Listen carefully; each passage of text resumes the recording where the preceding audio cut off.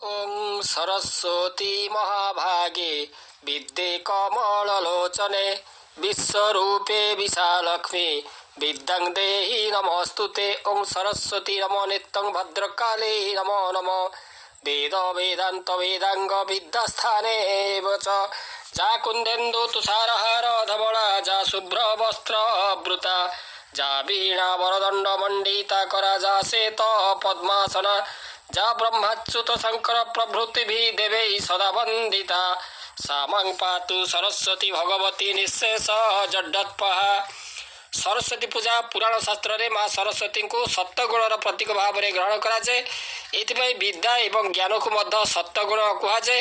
माँ सरस्वती सत्वगुणर अधिष्ठात्री देवी अटंती एवं से भगवती सरस्वती से सत्वगुणर प्रतीक हो से विद्या एवं ज्ञानर देवी रूप में ग्रहण कराए। माँ सरस्वती विद्या संगीत एवं बुद्धिर देवी। देवी पुराण रे सरस्वती को सावित्री गायत्री सती लक्ष्मी एवं अंबिका नाम संबोधन करा जायछि।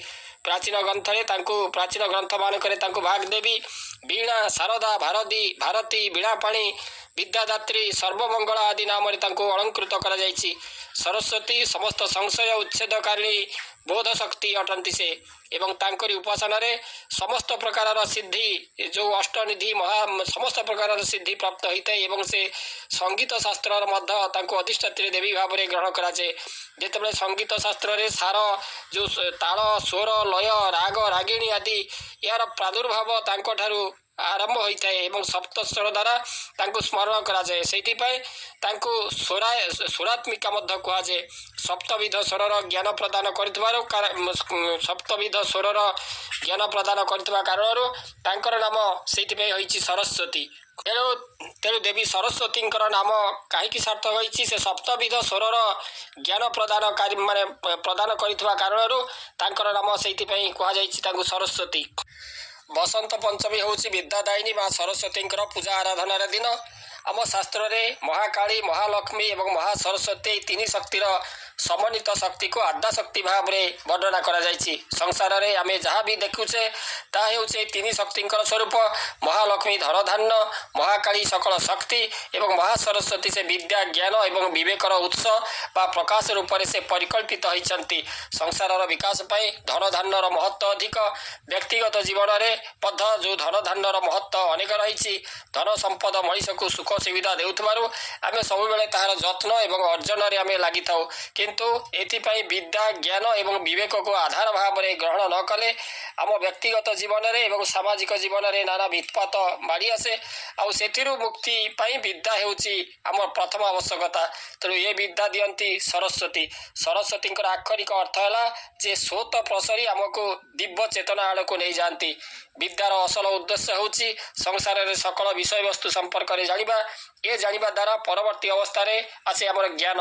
तेणु संसार सबु कथा जानिले मध्य तारि भितर एथिबा जो सूक्ष्म तत्व गुड़ी को जानी हुए नहीं। सेगुड़ी को जानी हुए ज्ञान द्वारा एवं ज्ञान उदय हेबा परे जाग्रत हुए विवेक। तेणु मनीष जो विद्या ग्रहण करी ज्ञानर अधिकारी होता है ताकू जेतेबेले संसार रे प्रयोग करिबा पई बाहरे से निजर विवेक शक्ति द्वारा विचार करे जे से जहाँ करुची ता भल करुची कि मंद करुची से भलटा को धरे एवं मंदटा को छाड़ी दे। तेणु सरस्वती जो हंस होची यही कथा। से हंस जेभली भाव में पानी मिश्रित जो क्षीर से क्षीरटी को ग्रहण करिने एवं पानी को छाड़ी दे। से भली भाव में सरस्वती तार हंस ठारू आमे यही शिक्षा ग्रहण करिवो जे भल को ग्रहण करी आमे मंद को त्याग करवा संसार रे। सेति पई जो महापुरुष माने जो माने सिद्धि लाभ करिया पई अग्रसर होउचंती सेमानकर नाम रे परमहंस संयोग करा जायछि। से जो परमहंस से सार को ग्रहण करी असार को त्याग करचंती। तेणु से मंद माने से जहाँ करुची मोटामोटी भाव में ये हूँ विद्यार स्वरूप। सरस्वती होती विद्यार स्वरूप। सबु विद्यार उत्पत्ति संसार मंगल पाई किंतु अनेक विद्या को मनीष अनेक समय व्यवहार करुची समाज क्षति पाई ताहा होची अज्ञान। तेणु सा विद्या जहाँ विमुक्त है अर्थात जहाँ मनीष को मुक्त करे ता ही हूँ विद्या। ये मुक्ति कहले मोक्ष बा निर्वाण नुहे। ବିଭିନ୍ନ ବିଷୟରୁ ମୁକ୍ତି, କୁସଂସ୍କାରରୁ, ଅନ୍ଧବିଶ୍ୱାସରୁ, ଆତ୍ମଗ୍ଲାନିରୁ, ଈର୍ଷାରୁ, ଦେଶରୁ, ମିଥ୍ୟାରୁ, ଇଏ ସବୁଥିରୁ ମୁକ୍ତି। ତେଣୁ ଆଉ ଗୋଟେ କଥା ହେଉଛି ବିଦ୍ୟା ଦଦାତି ବିନୟ। ବିଦ୍ୟା ଆମକୁ ବିନୟ କରାଏ। ପୃଥିବୀରେ ଏତେ ବିଦ୍ୟା, ଏତେ କଥା, ଏତେ ବିଷୟ, ଏତେ ଜ୍ଞାନ ଅଛି ଯେ ସେଇଥିରୁ କାଣିଚାଏ ବି ଜାଣିବା ଆମ ପକ୍ଷେ ସମ୍ଭବ ନୁହେଁ। ତେଣୁ ଜ୍ଞାନ ଲାଭ ଦ୍ୱାରା ଆମର ସାମାନ୍ୟରୁ ସାମାନ୍ୟତମ ଅଜ୍ଞାନ ଦୂର ହୋଇଥାଏ। ଯାହାର ସାମାନ୍ୟ ଅଜ୍ଞାନ ଦୂର ହୋଇଯାଏ ସେ ସ୍ୱତ ବିନୟୀ ହୋଇଯାଏ। ତେଣୁ ପ୍ରକୃତରେ ଇଏ ହେଉଛି ସରସ୍ୱତୀଙ୍କର ଶକ୍ତି ଏବଂ ତାଙ୍କରି ଆରାଧନାର ମହତ୍ତ୍ୱ। ପୂଜା ଉତ୍ସବରେ ସମସ୍ତ ବ୍ୟବସ୍ଥା ଏବଂ ଆଡ଼ମ୍ବର ଭିତରେ ଆମକୁ ଏତକ ବୁଝିଲା ଭଳି ସାମର୍ଥ୍ୟ ମା ସରସ୍ୱତୀ ପ୍ରଦାନ କରିବା ହୁଅନ୍ତୁ। ହେ ମହା ସରସ୍ୱତୀ, ଆପଣଙ୍କୁ ବିନମ୍ର ପ୍ରଣତି। ମାଘ ମାସର ଶୁକ୍ଳପକ୍ଷ ପଞ୍ଚମୀ ତିଥିରେ ମା ସରସ୍ୱତୀଙ୍କର ଆବାହନ ତଥା ପୂଜା ବନ୍ଦନା କରାଯାଏ। ବସନ୍ତର ଅୟମାରମ୍ଭରେ ଧରଣୀ ମା ସକଳ ସୌନ୍ଦର୍ଯ୍ୟକୁ ଅଙ୍ଗୀଭୂତ କରି ସକଳ ପରିପୂର୍ଣ୍ଣତାରେ ଅଭିଷିକ୍ତ ହୋଇ ମଙ୍ଗଳମୟୀ ଆଦ୍ୟାଶକ୍ତି ସେ ପଦପ୍ରାନ୍ତରେ ପୂଜାର୍ଚ୍ଚନା ବାଢ଼େ ଏଇ ଯେଉଁ ପୂର୍ଣ୍ଣ ଦିବସରେ। ତେଣୁ ଓଡ଼ିଶାର ଘରେ ଘରେ ବିଦ୍ୟାଳୟ, ମହାବିଦ୍ୟାଳୟ, ବିଶ୍ୱବିଦ୍ୟାଳୟ, ସଂଘ, କ୍ଲବରେ ଏଇ ଯେଉଁ ମୂର୍ତ୍ତି ପୂଜା ହୁଏ, ସରସ୍ୱତୀଙ୍କର ମୂର୍ତ୍ତି ପୂଜା ହୁଏ।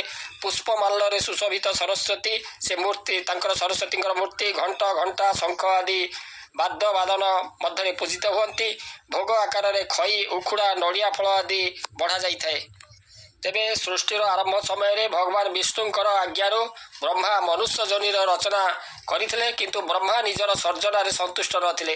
ଏହି ସମୟରେ ବ୍ରହ୍ମା ଭଗବାନ ବିଷ୍ଣୁଙ୍କର ଆଜ୍ଞା ପାଇ ସେ କମଣ୍ଡଳରୁ ତାଙ୍କର ଯେଉଁ ଜଳ ବାହାର କରି ସେ ଧରିତ୍ରୀ ଯାହାକି ପୃଥିବୀ ଉପରେ ସେ ଛିଞ୍ଚିଥିଲେ, ଯାହାଦ୍ୱାରା ପୃଥିବୀରେ କମ୍ପନ ହେବା ସହ ଅଦ୍ଭୁତ ଶକ୍ତି ରୂପରେ ଚତୁର୍ଭୁଜ ବିଶିଷ୍ଟ ସୁନ୍ଦର ସ୍ତ୍ରୀ ପ୍ରକଟ ହୋଇଥିଲେ, ଯାହାଙ୍କରି ହାତରେ ବୀଣା ଏବଂ ଅନ୍ନ ହସ୍ତରେ ବରମୁଦ୍ରା ଧାରଣ କରିଥିଲେ। ସେହିଭଳି ଅନ୍ନ ଦୁଇ ହସ୍ତରେ ପୁସ୍ତକ ଏବଂ ସେ ମାଳି ଧାରଣ କରିଥିଲେ। ଏହାପରେ ଦେବୀ ସରସ୍ୱତୀଙ୍କର ଯେଉଁ ବୀଣାର ମଧୁର ଧ୍ୱନିରୁ ସଂସାରରେ ସମସ୍ତ ଜୀବଜନ୍ତୁଙ୍କର ବାଣୀ ପ୍ରାପ୍ତ ହୋଇଥିଲା। ତେଣୁ ପୁରାଣ ଅନୁଯାୟୀ ଭଗବାନ ଶ୍ରୀକୃଷ୍ଣ ମା ସରସ୍ୱତୀଙ୍କ ଉପରେ ଖୁସି ହୋଇ ବସନ୍ତ ପଞ୍ଚମୀ ଦିନ ତାଙ୍କର ଜନ୍ମ ଦିବସ ପାଳନ କରିବା ପାଇଁ ସେ ତାଙ୍କୁ ବରଦାନ ଦେଇଥିଲେ। ତେବେ 2026 ମସିହା ସରସ୍ୱତୀ ପୂଜା ବା ବସନ୍ତ ପଞ୍ଚମୀ ପାଳନ କରାଯିବ 23 ଜାନୁଆରୀରେ 2026 23 ତାରିଖରେ। ସେଦିନ ଆମର ଶୁକ୍ରବାର ଦିନ ସେଦିନ ସରସ୍ୱତୀ ପୂଜା ହେବ। କାରଣ ଆମର ବସନ୍ତ ପଞ୍ଚମୀ ଯେଉଁ ପଞ୍ଚମୀ ତିଥି ରହୁଛି 23 ତାରିଖ 23 ଜାନୁଆରୀ 2026, ସେଦିନ ରହୁଛି ରାତ୍ରି 2:28ରୁ ଯେଉଁ ସକାଳ ହେବା ପୂର୍ବରୁ ଯେଉଁ ରାତ୍ରି ଶୁକ୍ରବାର ଦିନ ଅର୍ଥାତ୍ 23 ତାରିଖର ତା ଯେଉଁ 2:28ରୁ ଆରମ୍ଭ ହୋଇକରି ସେ ରହୁଛି 24 ଜାନୁଆରୀ ଶନିବାରର ରାତ୍ରି 1:46 ପର୍ଯ୍ୟନ୍ତ ରହୁଛି ଏ ଯେଉଁ ପଞ୍ଚମୀ ତିଥି। ତେଣୁ ସରସ୍ୱତୀ ପୂଜା ପାଳନ କରାଯିବ 23 ଜାନୁଆରୀରେ। ତେଣୁ ତାର ପୂଜା କରିବାର ଶୁଭ ସମୟ ହେଉଛି ସକାଳ 7:15ରୁ 12:50 ମଧ୍ୟରେ। ସକାଳ 7:15ରୁ ଅପରାହ୍ନ 12:50 ମଧ୍ୟରେ ଏଇ ଯେଉଁ ଶୁଭ ଫଳ ରହୁଛି, ଏହା ମଧ୍ୟରେ ସରସ୍ୱତୀ ପୂଜା କଲେ ଅଧିକ ଫଳ ମିଳିଥାଏ।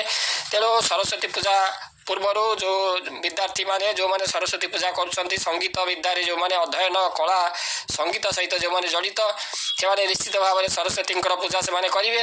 ତେଣୁ ପ୍ରାତଃ କାଳରୁ ସେମାନଙ୍କୁ ସ୍ନାନ କରିବାକୁ ପଡ଼ିବ। ନଦୀରେ ସେମାନେ ସ୍ନାନ କଲେ ଗଙ୍ଗେତି ଯମୁନେ ଚୈବ ଗୋଦାବରୀ ସରସ୍ୱତୀ ନର୍ମଦେ ସିନ୍ଧୁ କାବେରୀ ଜଳେସ୍ମିନ୍ ସନ୍ନିଧଂ କୁରୁ କହି ଆପଣ ସରସ୍ୱତୀଙ୍କର ନାମ ଉଚ୍ଚାରଣ କରି ଆପଣ ସ୍ନାନ କରିବେ। କିମ୍ବା ଘରେ ଯଦି ଜଳ ରଖିଲେ ସେଥିରେ କିଛି ଗଙ୍ଗା ଜଳ ରଖି ସେଥିରେ ହର ହର ଗଙ୍ଗା, ହର ହର ଯମୁନା, ହର ହର ସରସ୍ୱତୀ କହି ସେଥିରେ ସ୍ନାନ କରିବେ।